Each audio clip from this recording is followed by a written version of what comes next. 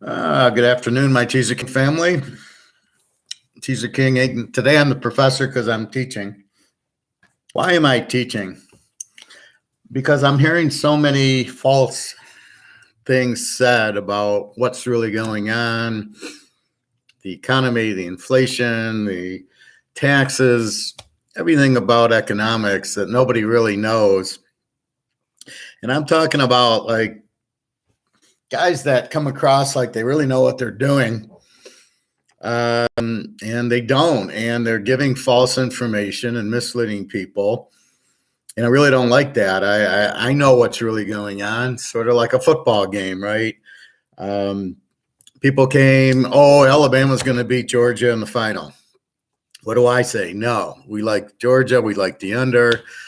So we're not influenced by the other people. We make up our own mind. And when I know something that's right, I know something that's right. So in other words, I analyze it and I'm open-minded. And then I make my pick and I go, no, Georgia's going to beat Alabama. They're going to play the second time they're going to play. The first time they laid down to let Alabama into the playoff, which is what happened. Then you saw the real Georgia team come out and basically just smoked them. And I know my economics really well. I did really well in my program, and I'm seeing a lot of problems because there's people giving fake information. I don't know how, I know very few people are educated in it, and I'm finding a lot of people don't care, or they don't want to hear, or everything's fine, so therefore why should I worry? In other words, they can't look ahead.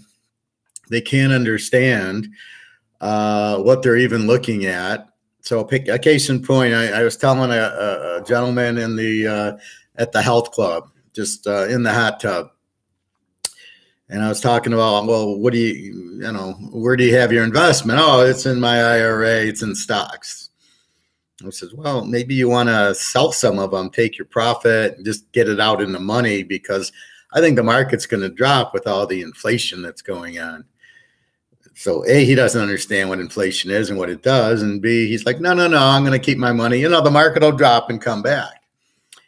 And I'm thinking, that's not what's going to happen. The market's going to drop. It's not coming back. And if it does come back, it's going to take years. And that'll get you back to where you were now if you're lucky. So let's say you got 100 grand in the stock market. And then here's inflation, boom, boom, boom. And here's a war. And so everything's happening, causing companies to not be as profitable.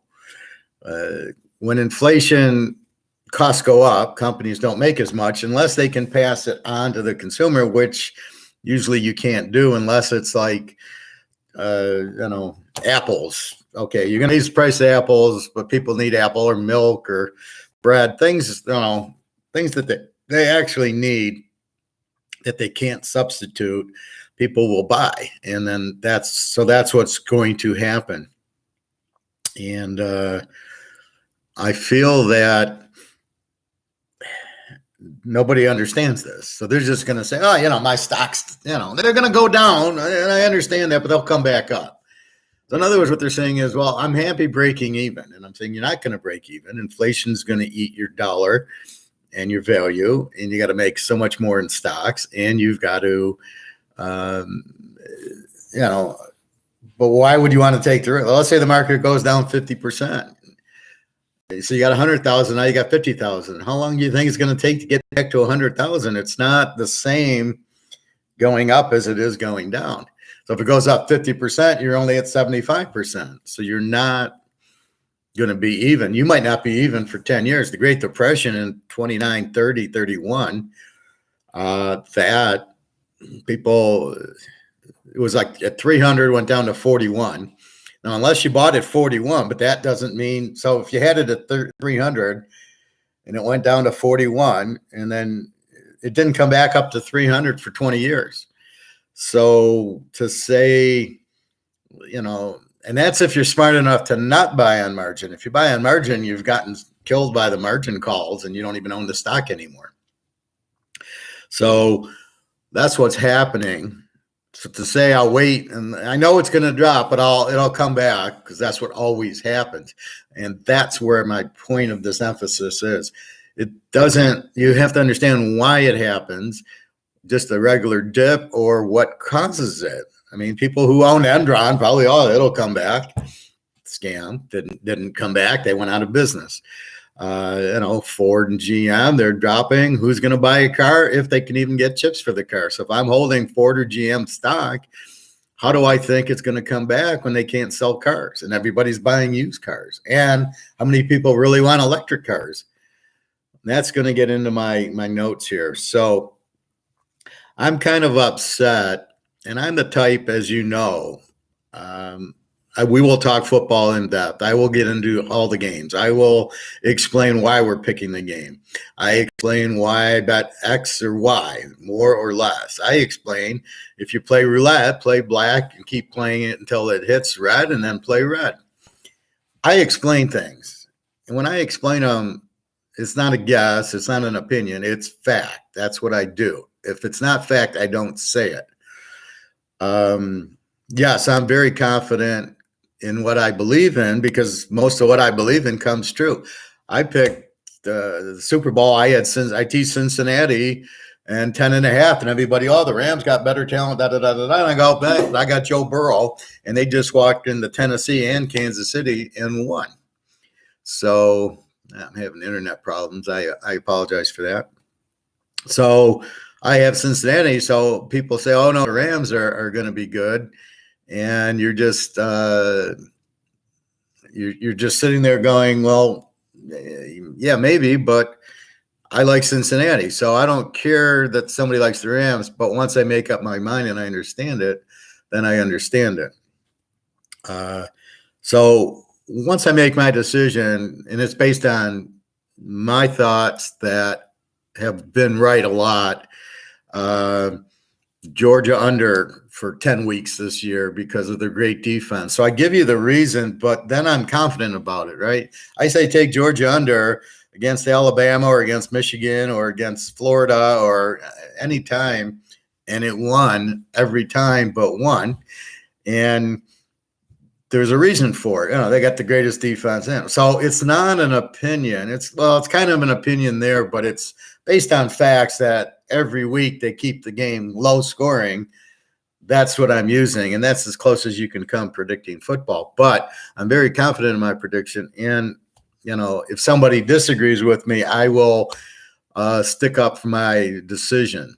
So what I'm seeing here, which is leading to this, is what's going on.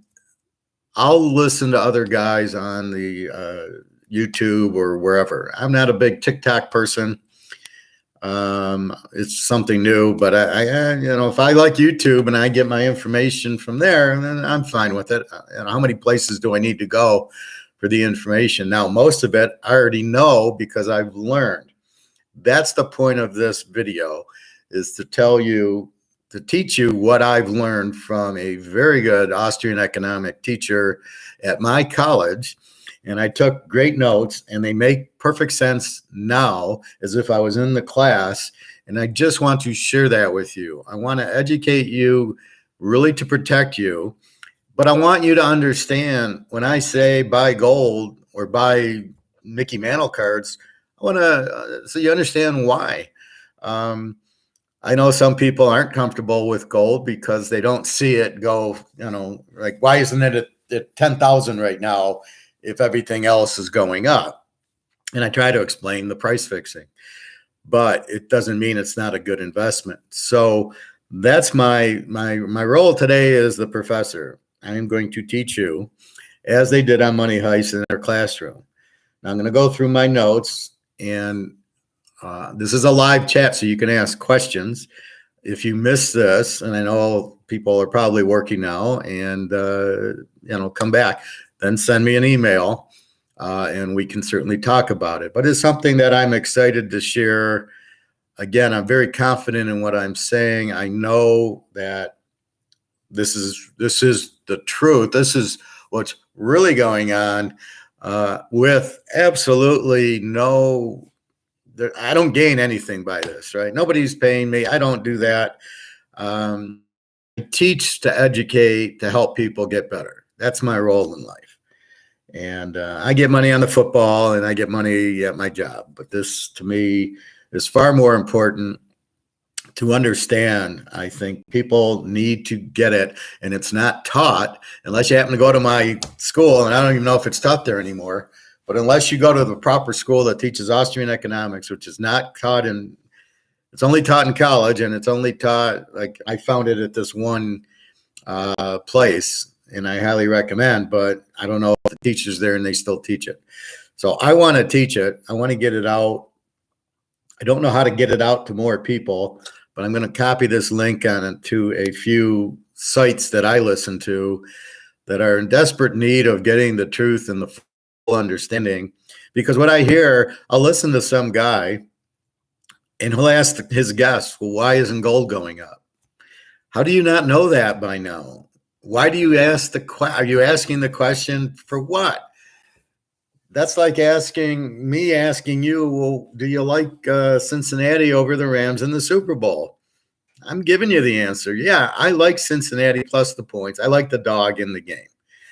And that's all. So why does he keep asking the guests, well, when do you think gold's going to go? Why is gold not going up? Da, da, da, da, da.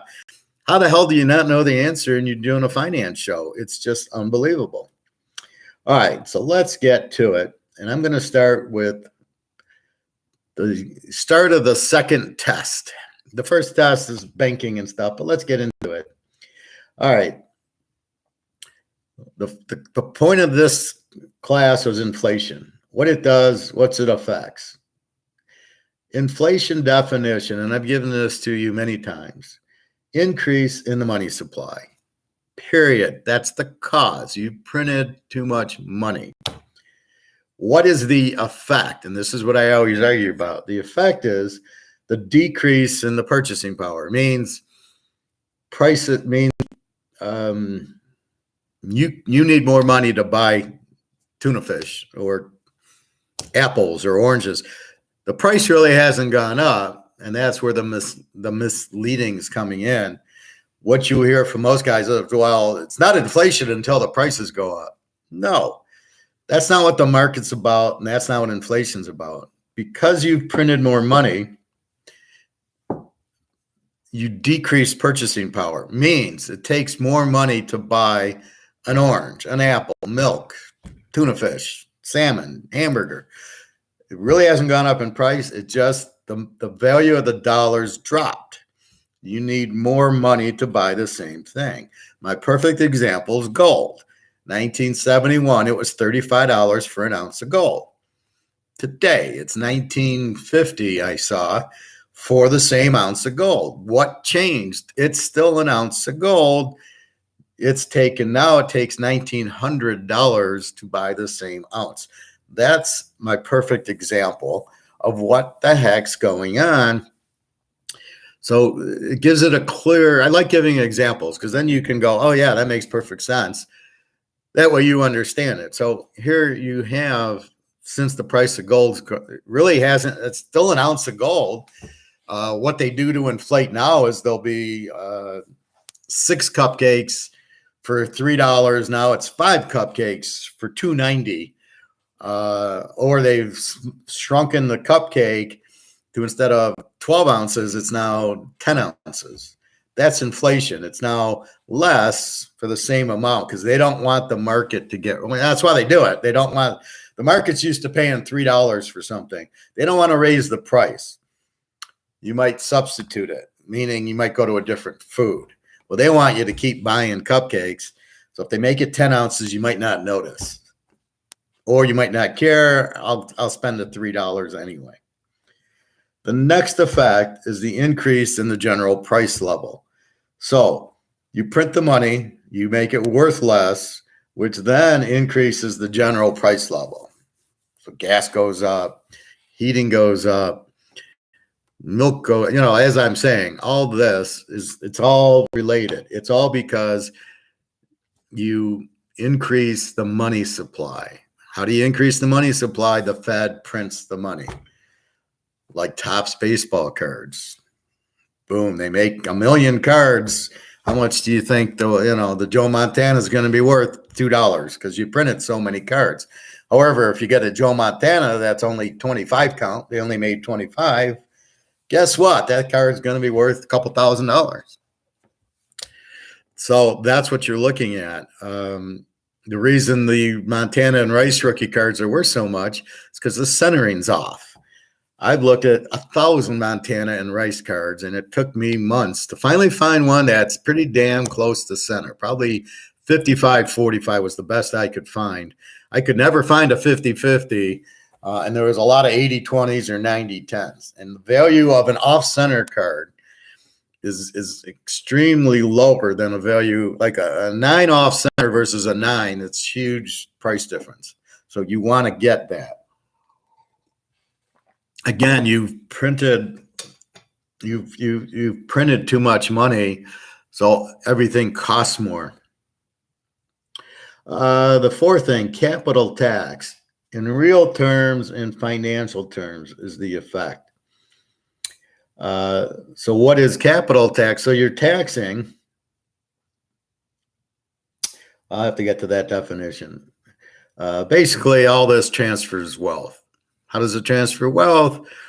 Well, the guy in the beginning of the inflation gets the money when it still has value. By the time it gets down to the lower level people, they get the money that's useless. I'll get into that in a minute. So the increase in the money supply, it's broken into an A, B, C, and D group. A gets the money first, can buy goods at lower prices. So if I'm the first in line and they print the money and they give it to me, and normally what they do is give it to the banks, and now they give it to the government officials. I have this money. Nobody knows it's printed. I'm going to go buy a car and buy a house and buy a lot of stuff. The price, the money nobody knows the money's worth less. And then it goes on to the next groups, which I'll get into in a minute. I'll get back to that, but in a different order. 3 types of inflation. There's specie inflation, which is gold inflation, which happened one time in 1500 in Spain. They brought in so much gold that it devalued, but it's not what's going to happen now because they can't make more gold. You can get some out of the mine, but there's so much more demand. It'll only happen once, and it'll never happen again. There's government fiat inflation. The Chinese printed money, the French, the German. People closest to the government got the money first. Again, that's the A group. That's government fiat inflation. Government prints money is fiat money because it's not real, it's paper. It's not, why do I say buy gold? Or why do I say buy baseball cards? Or why do I say buy real assets? Because it's not money. It's not printed. It can't be overproduced. So if you see 1 million apples at the grocery store, the fruit market, they're probably marked on sale because they got so much inventory they can't get rid of. It doesn't hurt the value of the apple, but it makes the apple cheaper. And that's what's happening with the government prints too much money, then it makes it worth less and less and less. So you need more of it to buy. Ask the Germans in 1929-30 who took a wheelbarrow full of money to go buy bread and milk. Why did they do that? Because the money had lost its value and they could print $10,000 marks. It didn't matter. There was no value to it. But you know who was okay? The people that had gold and silver. They didn't lose value because gold doesn't lose value. The ounce is now worth $19.50. It was $35. It didn't go down from $35. It went up to $19.80. And if they would let it run, it would be $5,000 or $10,000 right now. It really cracks me up when these people sit there and go, well, gold will go up to, $2,500. Like, okay, you're pulling that shit out of your hat. What are you talking about? 25. How do you put a limit on it? You can't. If it's price fixed, they're not going to let it because the Russians and the Chinese want to buy more of it, or the central banks, the Wizard of Oz, the people behind the curtain are keeping it low to buy. Okay. When that ends, it's not 2,500, it's 25,000. The The third type of inflation. So let's go back. There was gold inflation one time in Spain. There's fiat inflation, the government printing money. And there's fiduciary money, bank credit inflation, which is the most serious, which causes the trade cycle. Well, what the hell does that mean? I'll get right into it. So the trade cycle, well, let's get into the benefits. We'll get into the trade cycle in a minute. Who benefits from inflation? Debtors, they pay off in cheaper interest rates. Market power, they raise prices, want your products or services, can pass on your increase in costs, like colleges. You have to go to college where you want to. So inflation hits, what do? They raise the cost of class, and guess what? You need to buy it just like you need gasoline in your car, you need food. So there's certain things that it doesn't matter. Now they can raise the price on food and you look for a cheaper food. So you don't buy steak. Steaks hit $20 a pound. You don't buy it. You go buy hamburger at $5 a pound. That's how you combat inflation. But if you want your steak, you're going to pay a lot more for it.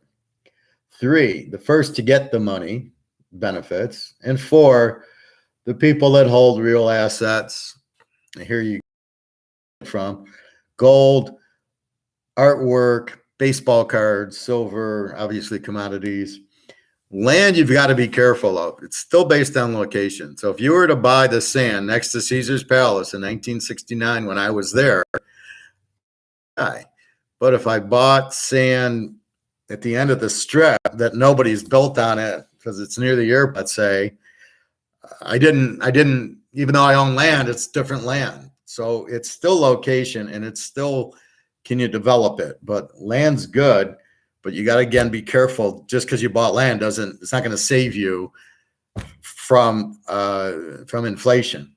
Gold will, any real asset, artwork, Joe Montana cards, a house to a point, if you buy it at the right point, provided that's not in a bubble. Who gets hurt? Okay, fixed income, real wealth people. So we all have older parents who are fixed income on Social Security, or they're getting some sort of pension at $1,000 a month. Their money's not worth the same, right? Their money's now worth less because of the inflation. I have a friend who retired. Oh, I'm fine. He's one of these that won't listen, right? Oh, I'm fine. I go, you're not worried about inflation? I finally got him into buying gold to protect himself. But the inflation,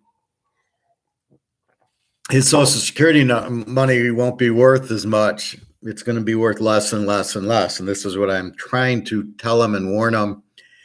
I don't know why people fight to listen to good advice. I don't understand that. I don't know if it's disrespecting me, not trusting me, thinking they know everything. I'm really trying to figure it out, because when I tell somebody, this is not my opinion, right? This is what I've learned. This is what I see. This is what I know.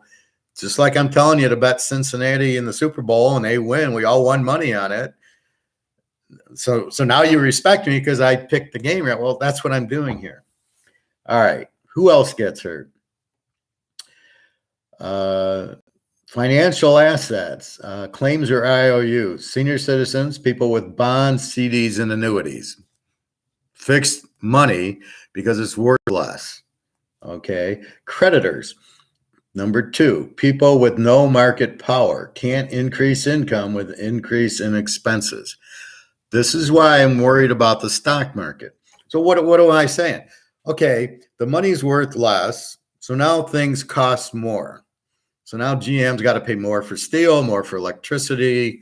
Forget labor, just to run their office, heat the place, light the place, buy the components, buy the chips, buy everything to make the car is now cost more. So now let's say GM sitting there, the cost for the car for a Buick was $25,000. They're selling it for $35,000. Yeah, we'll make 10 grand. Now your cost went up to $35,000. Can you sell the car at $45,000 to make your profit? Probably not, because now my money's worth less. How the hell am I going to pay? How are you going to charge me more and I'm going to pay more for it? It's impossible. So that's not what's going to happen. The people that can't pass along increased costs to the customers, which is just what I said. So this is the problem. See, everybody thinks, well, I got to pass the cost along. They don't understand the market. The free market says this shirt, Bellagio, this shirt cost me, let's say, $20. And this is an old shirt. You want to charge me $60? I'm not buying it. I'll go buy a Caesar shirt or a Venetian shirt. You got to find what the market cost is for this. And what the market is what the consumer will pay for it. So how much will I pay for Bellagio? I'll pay 20. I'm not going to pay 50. So if your cost, so that's your market, $20. Now your cost went from 10 to 25 because of inflation. What does that mean? Well, I can't raise my costs, and this is my argument that people don't seem to understand. You can't just raise your costs. You can't just raise your selling price because your cost went up if the market won't accept it. The market's going to say, no, I'm not going to pay $50. So the fact your cost, you're going to have to eat the cost increase.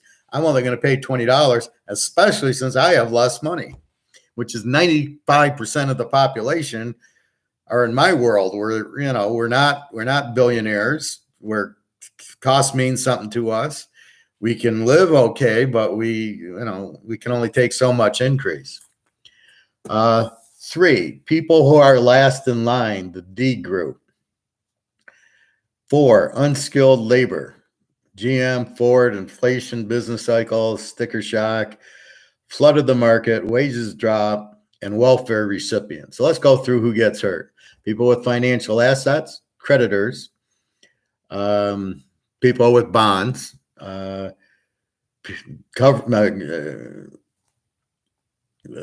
companies that can't pass along the increase in cost, people who are last in line, which are the non-skilled labor, and the welfare recipients. So basically, people that are poor got poorer. People that are in the front of the line, the A group, get rich. That's why it's called a transfer in wealth. And that's what's wrong with it. That's what's wrong with the central bank. That's what's wrong with the government. If you just leave it to gold, nobody gets screwed here. You can't inflate gold, right? Yeah, it happened in Spain in 1500, but never since. So if I own gold instead of paper, where the government can print it, I own gold. You can't inflate it. If I have 20 ounces, I got 20 ounces. If it's worth whatever it's worth is what it's, and it's the purchasing power of gold. See, people get confused going, why isn't gold 10,000 an ounce? And my response is, what does gold buy? Gold's going to buy me a house soon. I'm going to have an ounce of gold after all this shit hits the fan. I'm going to buy a nice house for 1 ounce of gold. That's what it's worth. My dollars won't buy me nothing, but the ounce of gold will buy me a car. It'll buy me a house. It'll take me on vacation. I'll live fine with my gold because it won't lose value. It can't be inflated. It can't be overprinted, and it can't lose its value. There's no way gold can lose its value. Let's go to inflationary expectations. People think it will happen, want to protect themselves. This is how hyperinflation is. This is hyperinflation, not the bullshit these guys who don't know what they're talking about are telling you. Welcome to my class. If you have questions or comments, feel free. I'm talking about Austrian economics from my master's class, my notes from 1993, to explain what the hell is going on, because nobody seems to know or want to tell anybody. So what are inflation expectations? Oh, shit. I better go buy more tuna and more milk and more pop and more food and more whatever I can need, because the price is going to go up. Once that happens, once people are scared, and I'm going to go buy 100 cans of tuna fish because, when the prices go up, I'll at least be able to eat. Or I'm going to buy a bunch of, macaroni and cheese. Or I can't store milk. I can't store dairy food, but I can store canned food and Cheerios and cornflakes. I can store all that. So I'm going to go buy a ton of it because I'm afraid of what's going to happen. And that's what's going on with inflationary expectations. Once that's happened, the shit hits the fan, inflation is run away. Inflation premium should be figured in the interest rates. It's not, obviously, because they can't raise the rates.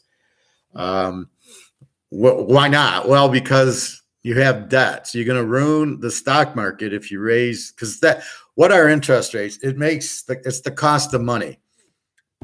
If you want to borrow money, you're going to pay 2%. Oh, okay. Well, it cost me 2% to do it, just like a car, right? You pay to get a loan. But if I raise the interest rates to 7%, oh man, it's too expensive to borrow money. I'm not going to do it. That's what happens. So you have these interest rates going up. It's the cost of money. And that's what's supposed to happen. That's what everybody keeps saying. Well, they're going to raise interest rates. They can't because of the debt. You can't make money cost more. It'll kill the housing market, and it'll kill the stock market, and it'll kill all these people who are on margin call. They're going to get killed. Funny, I just watched that movie. I'm laughing my ass off because I knew that was going to happen. As soon as Clinton raised the borrow, let anybody borrow money to buy a house. The reason you have credit, credit check is, can the guy pay back? But you start loaning money to anybody, they can't pay back. I know people that were buying 5 houses in Las Vegas. What do you need 5? Well, I'm going to turn around and sell it in 6 months. And I'm like, you're out of your mind. That's not. It's a short term. It's never going to last. Anyway, that's what inflationary expectations are. COLA is cost of living for wages. So they're factoring that in. Builders will factor in inflation. So when they're building a house, let's say they want to get $100,000 for it, and you're going to take out a loan and pay them back. You pay them in inflated dollars, which means as the value of the dollar drops, I'm going to pay you. It's only worth, I'm paying you back with 70,000 of real dollars that when we first started, the 100. So you got to charge me 130,000 to get your $100,000 back out of it because of the inflation. Increased prices are based on expected future prices. Inflation expectation. Inflation expectations are worse than the actual inflation. That's what I'm trying to say. That's what kills. That's what hyperinflation is. I'm afraid I better buy now, or I'm not going to buy at all. And then as you print more money, again, you've got too much money out there now, makes the value drop even further. So that's what the Germans were doing in 1930. They were printing and printing and printing, saying, here's more money. But as you printed more, it made the value go down further and further until it was worthless. Well, what do you think is going to happen here? I mean, we're not stupid, right? I'm giving you what's going to happen because of what did happen. The more you print, the less it's worth. Well, if you keep printing and printing and printing, then I'll hear this velocity stuff going, well, it hasn't gone up because of velocity or gold or whatever, the inflation. And I'm like, bullshit. Why do you think gas is $4 a gallon now? That's inflation. Why do you think energy's going up, food's going up? Because they've got to make their money. But again, you got to be careful with the market. You can only raise it so much, and then the market won't allow it. All right. 3 types of inflation.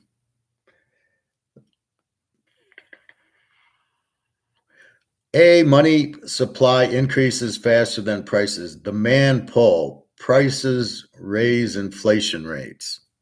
So people are making things cost more. That very rarely happens. Money supply equals prices. So as you're printing, the prices are going up. And then the worst stage is the hyperinflation. The money supply increases, prices increase faster. That's what hyperinflation is. These are both called cost push versus demand pull. So demand pull is there's a real new phone that comes out, like an iPhone, that theoretically has the market, but we'll call it inflation, right? So everybody wanted an iPhone. What happened? The price went up to like $1,000. The price going up is that demand pull. I want the iPhone. I'll pay $1,000 for it.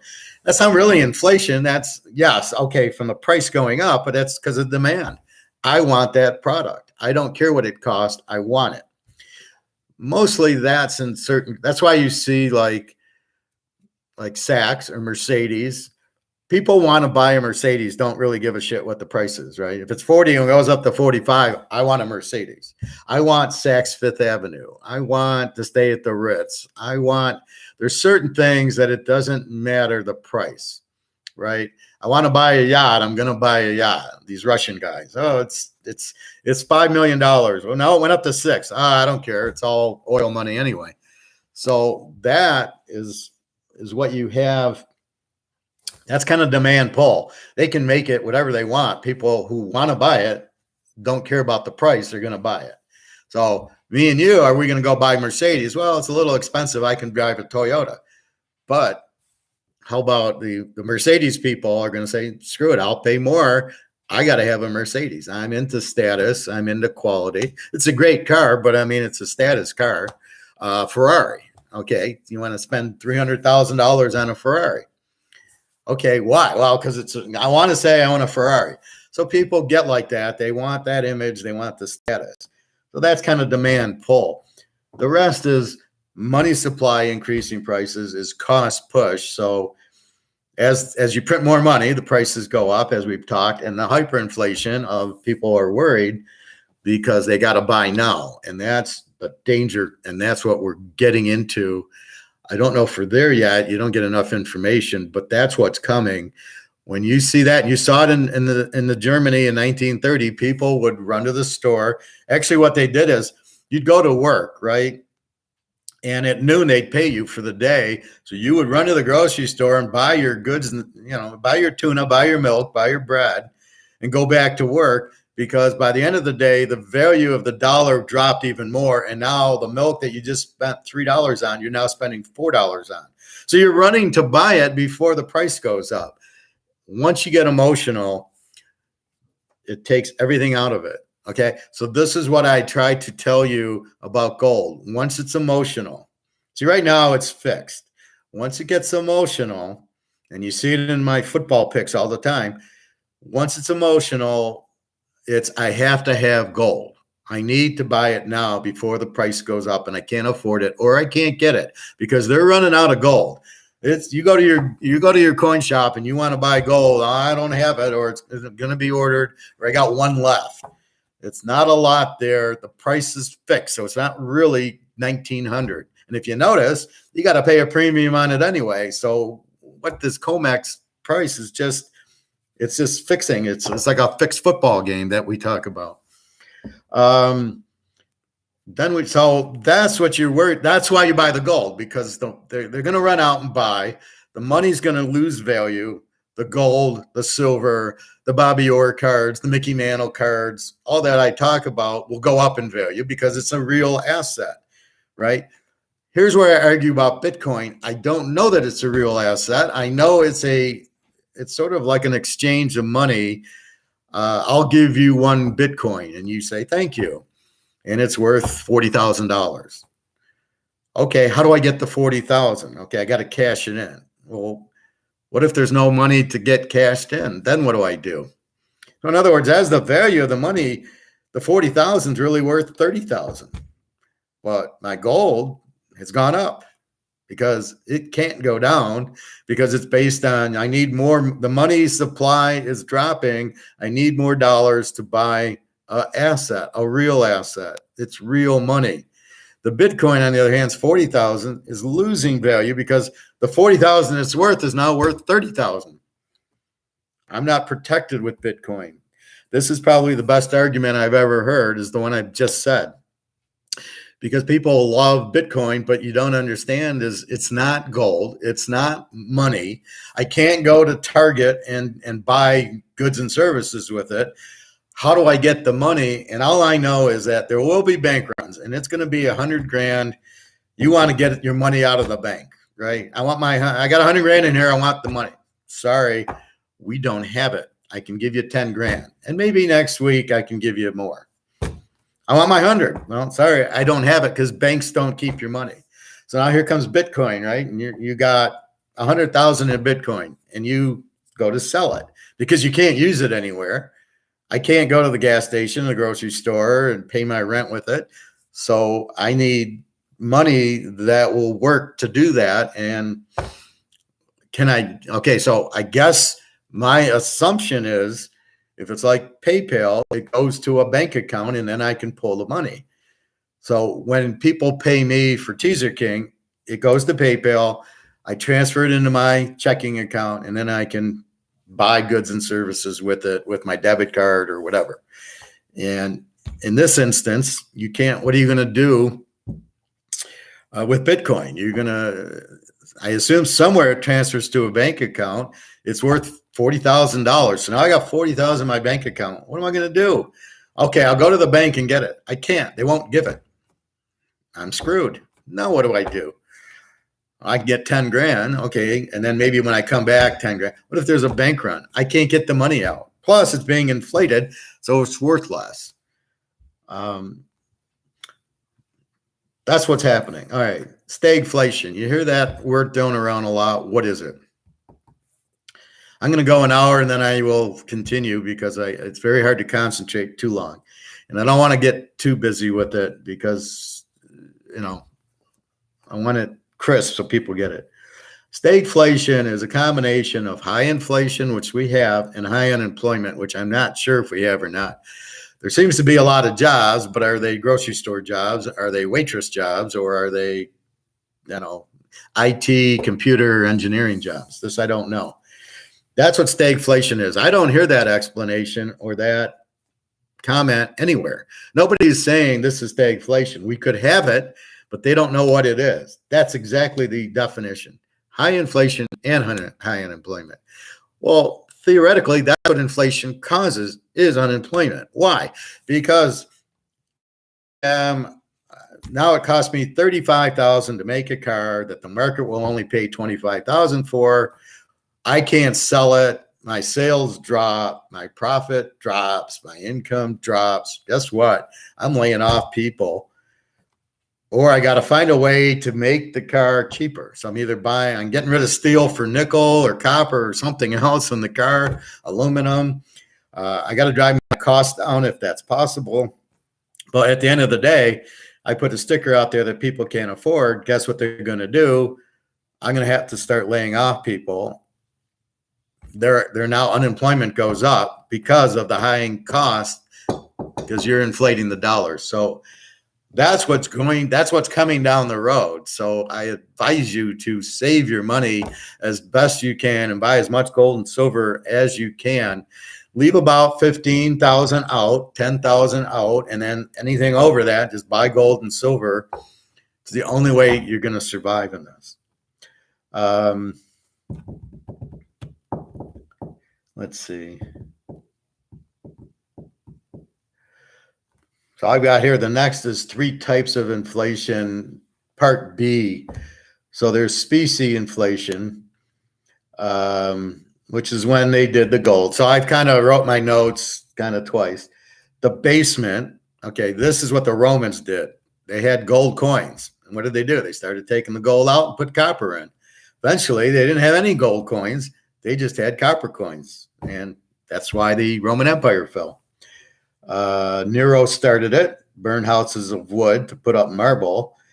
That's very interesting. In an economics class, I can explain why Nero burnt the city was because he wanted to put up marble houses. It's so interesting, this whole thing.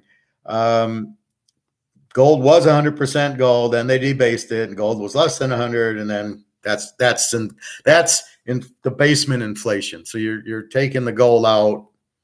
Obviously, fiat money, government runs the presses, government prints money to cover the deficit, and fiduciary credit, which is the trade cycle, which I will give you the 15 steps of the trade cycle, and I'll do a separate show on that. That is the most blows my mind away. I actually did my thesis on that. I'll give you one clue on this. We are in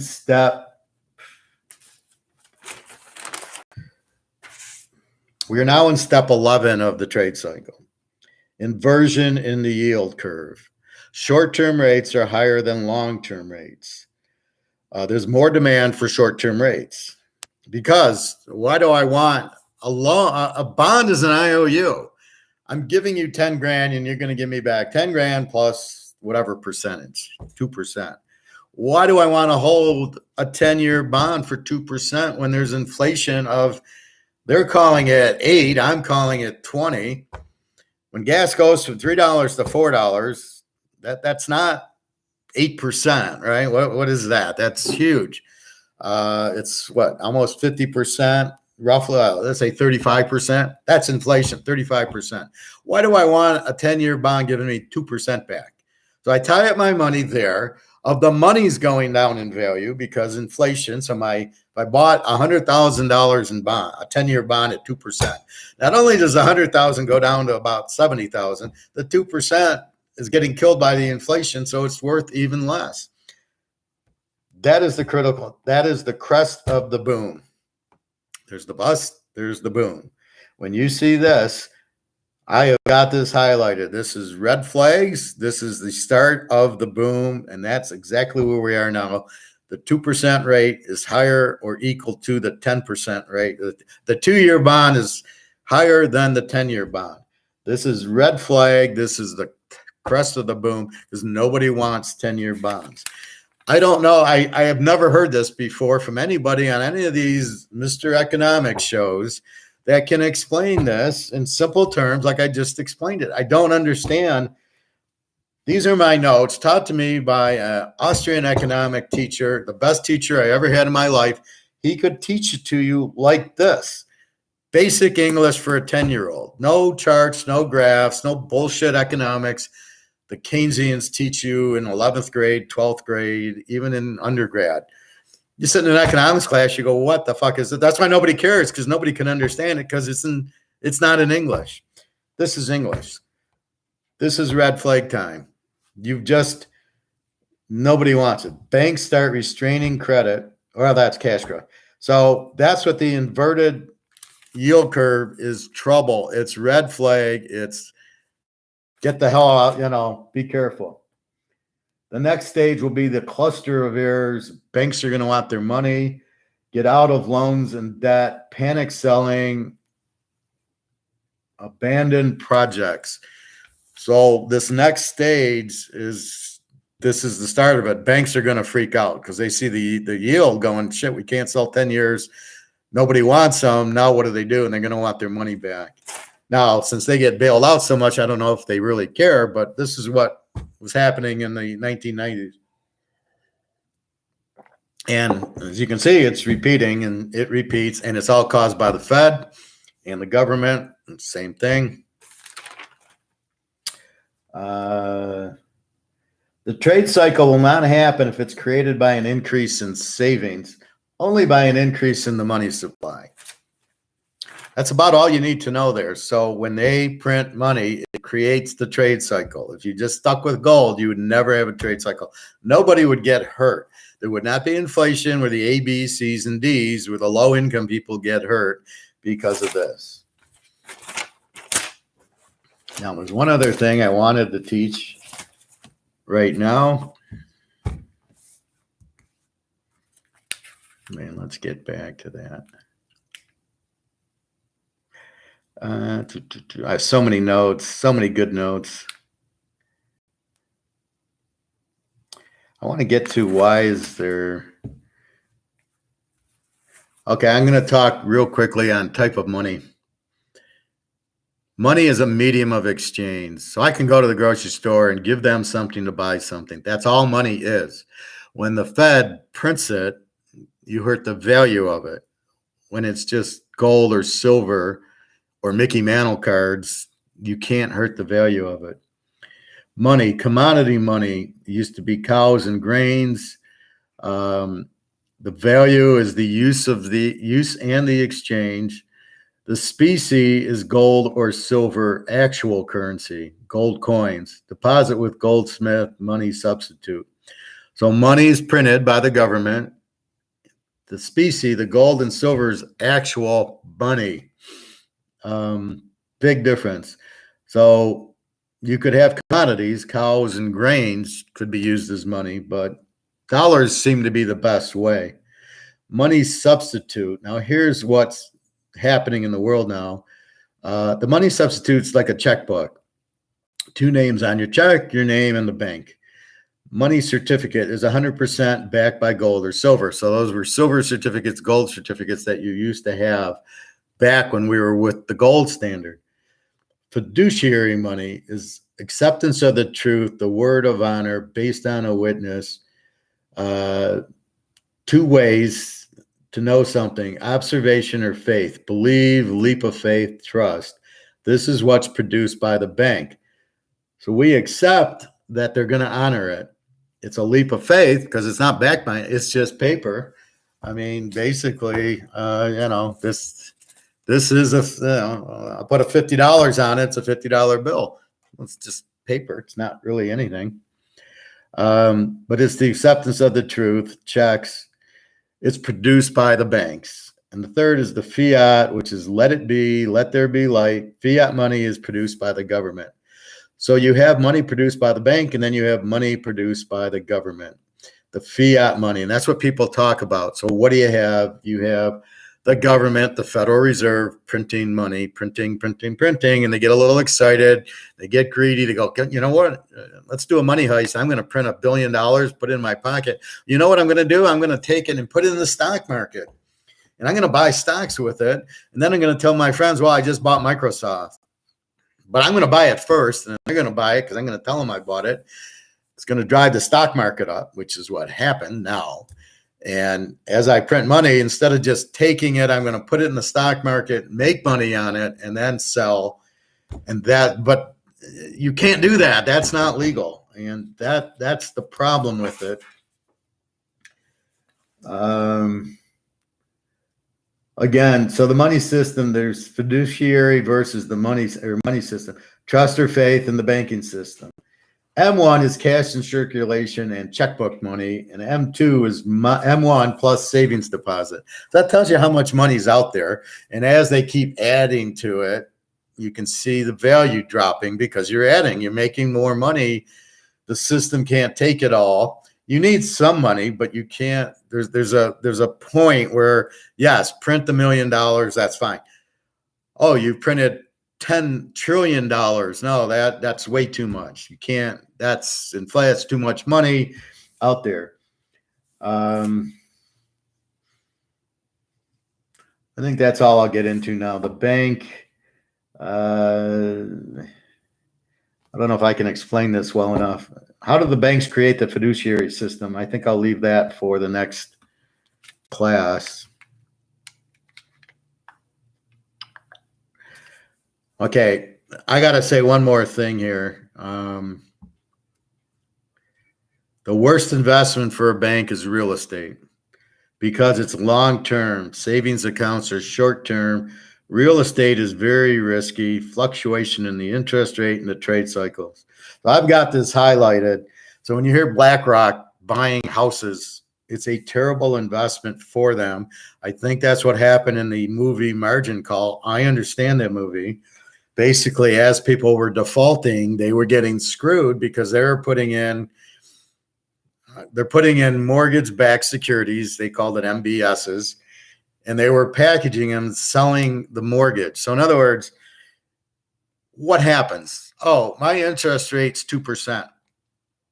And, that's all I can get on my money. But you know what? If I buy a mortgage-backed security, what is a mortgage? What do you pay on the mortgage? The interest rate on the loan from the bank is 5%. Oh, you mean I can get 5% if I buy these mortgage-backed securities? That's great. I can get 5% of my money instead of 2%. That's what a RIT is, a real estate investment trust. That's what these mortgage-backed securities were. So you're actually buying the mortgage from the bank.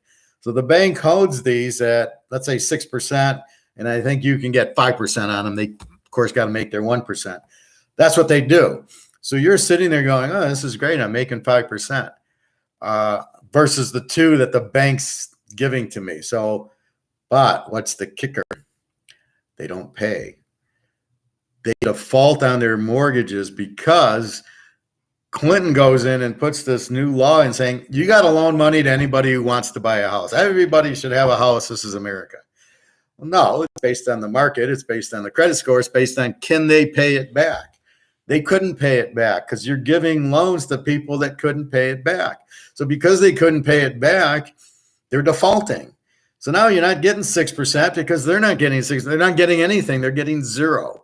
So if you would have understood the beginning where they're giving loans to bad risk people, you never would have gotten involved in a mortgage-backed security or a RIT because it's based on people paying back the mortgage. Like me and you, we pay our mortgage every month, no problem.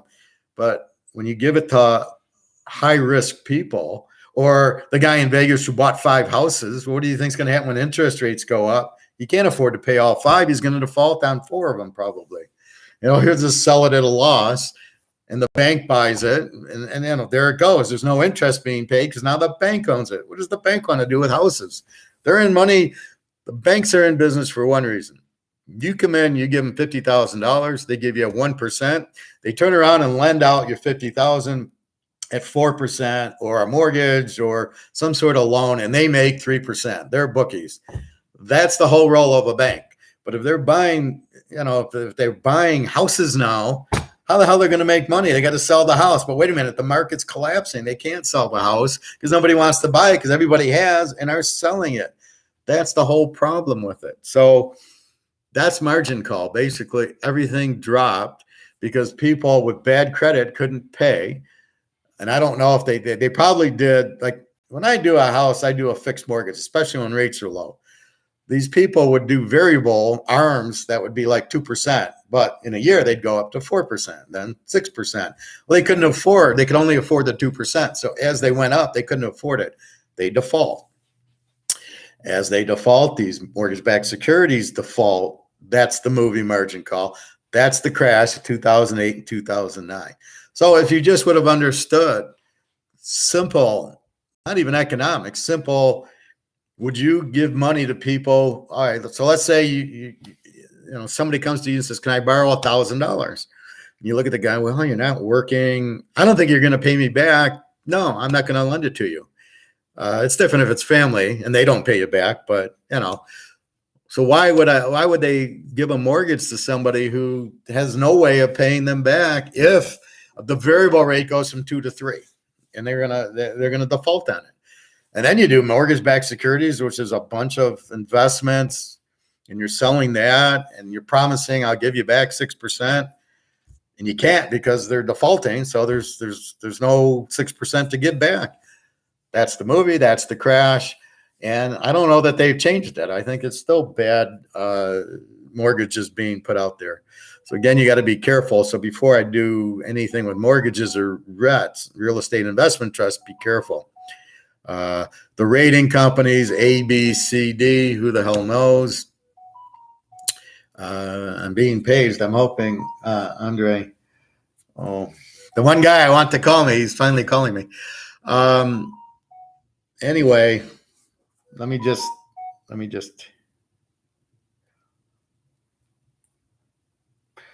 I apologize in the middle of class like this.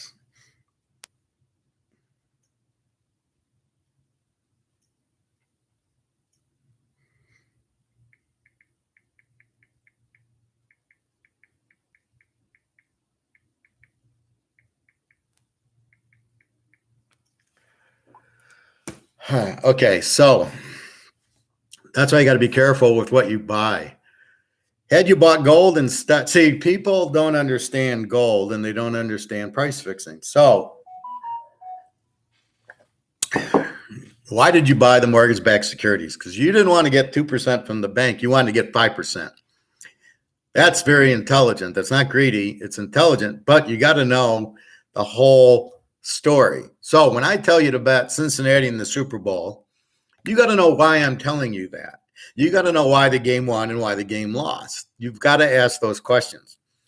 So I told you why we like Cincinnati, and I studied all that, and I said, you know what? They just went into Kansas City, we're down 21-3, and won the freaking game.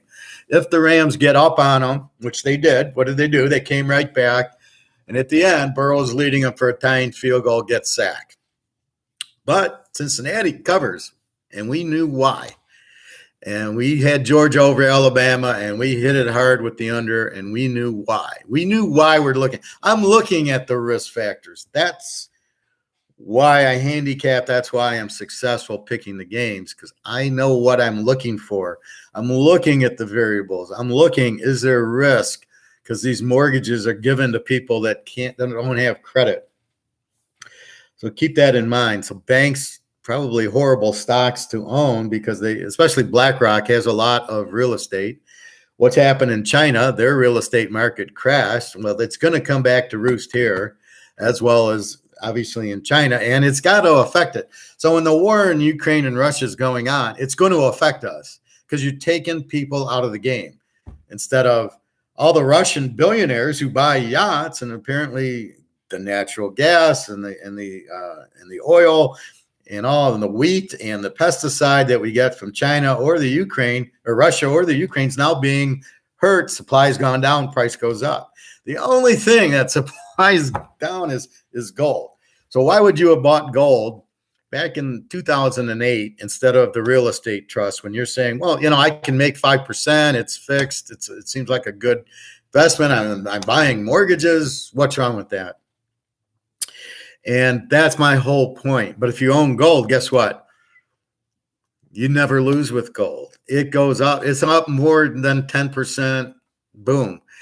I really never look at the price. I get happy when I have money to buy gold. I don't care what the price is. Do I buy it on the dips? It's not a stock. It's insurance. It's the money losing the value. You never have to worry about them not paying the mortgage with gold. You got gold, you got gold. Will they confiscate it? Well, maybe, but they're going to have people knock on 330 million houses going, do you have any gold? I want to get it back. No. Worst case scenario, they tax it. Okay, if you try to exchange your gold, there's a 10% tax. Oh, okay. Well, I bought it at $1,500. It's worth $20,000. That's fine. Or you take it to a different country. Everybody will want gold. Black market. You go to the coin shop, he'll give it to you. eBay's a little more public, but you can still do that. But gold's always the answer, because everybody wants it. You can't screw with it. You can't inflate it. Yeah, in the 1500s, Spain, but that's because they got an influx in. But that can't happen again, because as they mine it, it gets demanded because it's worldwide now right away. So yeah, they're making more, and you're pulling it out of the mines, but for every one they pull out, there's 20 guys waiting for it. So it's price fixed. It will go through the roof, especially if Russia, China comes out with this new currency that is backed by gold. I wanted to share that with you on this version.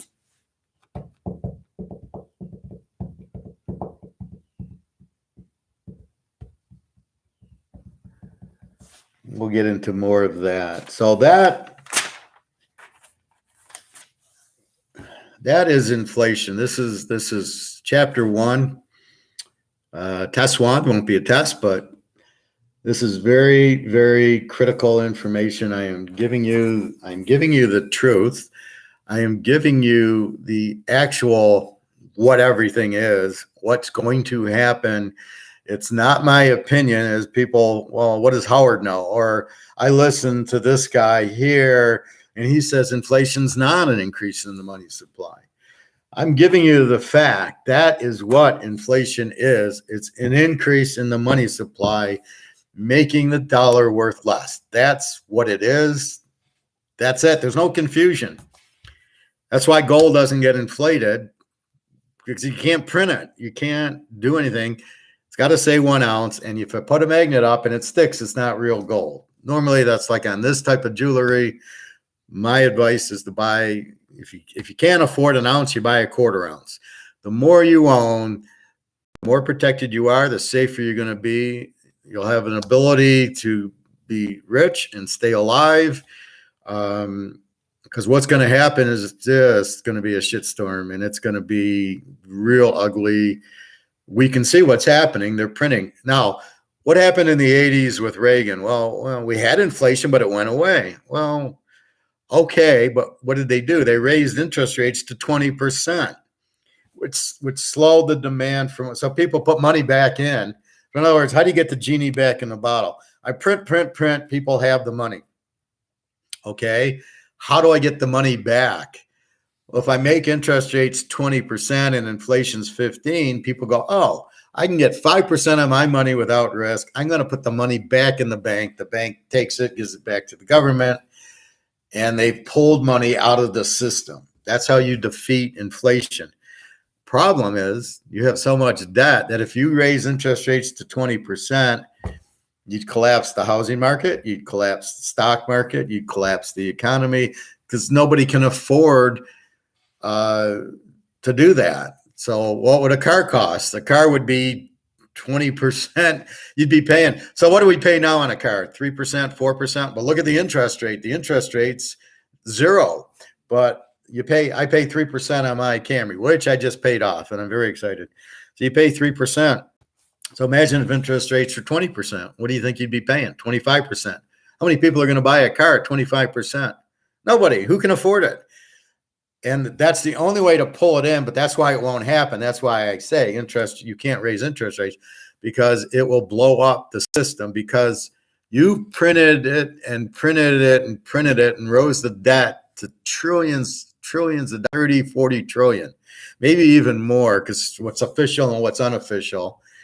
How are you? So you can't raise interest rates. So you can't help inflation. So therefore, we're all getting screwed. And then as Russia, China say, you know what? We don't want to use the only thing saving the dollars. It's tied to Saudi Arabian gas. You want to buy gas and oil, you need to pay in US dollars. Well, it's starting to go where the Chinese and the Russians saying, you know, we don't want it. We're going to go to a new currency. Saudi Arabia is mad at us because Biden's screwing everybody over. That'll change. So they're going to come out with this new dollar backed by gold. So what's that going to do? The price of gold is going through the roof because they're going to want it to go. They won't hold it in check anymore. JP Morgan won't hold it. And that's what's going to happen. Oh, I got to give you, this is the greatest note that I've ever done is this note. I hope I can find it. I read this yesterday and I just was laughing my ass off. I hope I can find it. God, I love this class. This is my favorite. When I graduated, I wanted to take more classes, but I was done. I just wanted to sit in. Well, I'll look for it and I'll find it. Basically, what it said is the Federal Reserve is run by JP Morgan. That's what it said. Oh, God, I hope I can find that note. So now we know why JP Morgan's JP Morgan. I'm sorry, I'll find it. Here it is. Okay. Where is it? Okay, I'm going to show you the top notes so you can see my notes. And if you look at the fourth line, what does it say?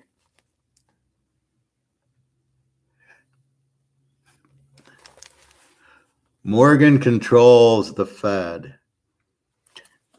I read that yesterday and my jaw dropped. Now I know JP Morgan's fixing, they're the one bank fixing COMEX. So when they want to keep prices down because they want to buy gold and the Russians and the Chinese, JP Morgan writes all these shorts and he keeps the price down.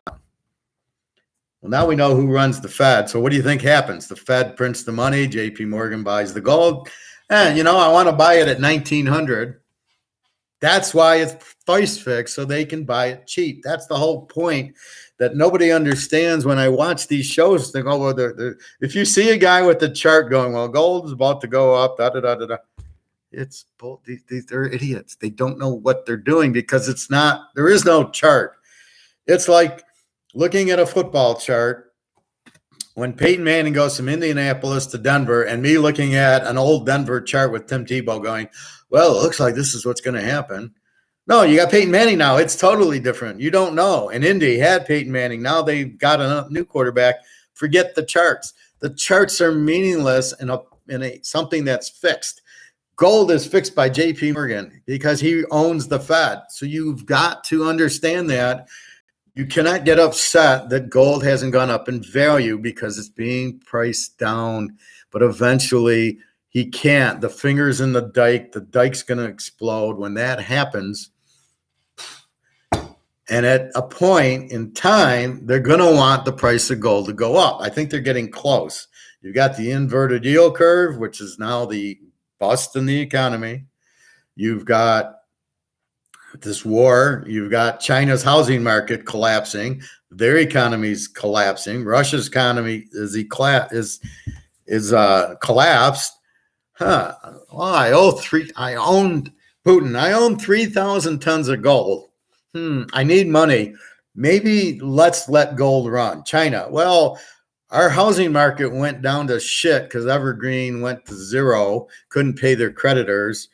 We need money, huh? Let's let gold run. Hey, JP Morgan, we want gold to now run. And when that does, it's going to create the panic that we talked about in hyperinflation. People are going to want it and think they can't have it. And anytime you want something that you can't have, boom, it goes through the roof. It's like a girl. She wants you, but she can't have you because you're married. She wants you. You want a girl. She's married. Well, I don't know if that works, but if you want something and you can't have it, then you really want it. So that's really what happens. So I'm going to end this first class. I'm going to come on with another one shortly. I got to take this phone call, and I'm going to put this link on some finance ones because these people are really pissing me off because they don't understand the basic concepts that I was taught in Austrian economics in 1994, 1993 that explain everything perfectly, what's going on for a child to understand it. So I will be back shortly. I really enjoy this, and I really enjoy teaching. So I'm here to teach. Please, www.teaserking.com. I should probably come out with a new economics website. Go on, email me. Please leave comment. If you have a question or comment right now, leave it. That's why I want to do it live, so I can respond to your questions or comments. I try to cover a lot and keep it simple for you like I do with football. That's basically how I live my life. I can see what's going to happen. I know what's going to happen. You're printing money. You can't raise the rates to pull it in. Gold will go through the roof. It's being held down, but it's only going to be held down for a little bit more. It's eventually the dike has to break. And then people are like, oh, I'll buy Bitcoin, or I'll buy a mortgage-backed security or something like that. But anyway, have a great day. I'll be back shortly. I got to eat and take care of this phone call, and then I will do that. Thank you for watching. Please ask questions. www.teaserking.com. You get my email and send me some questions, and I'll be happy to answer it. Or like I do with my buddy Nick, I do a show, and then I explain things to him. All right. Have a good day, everybody. I'll be back soon.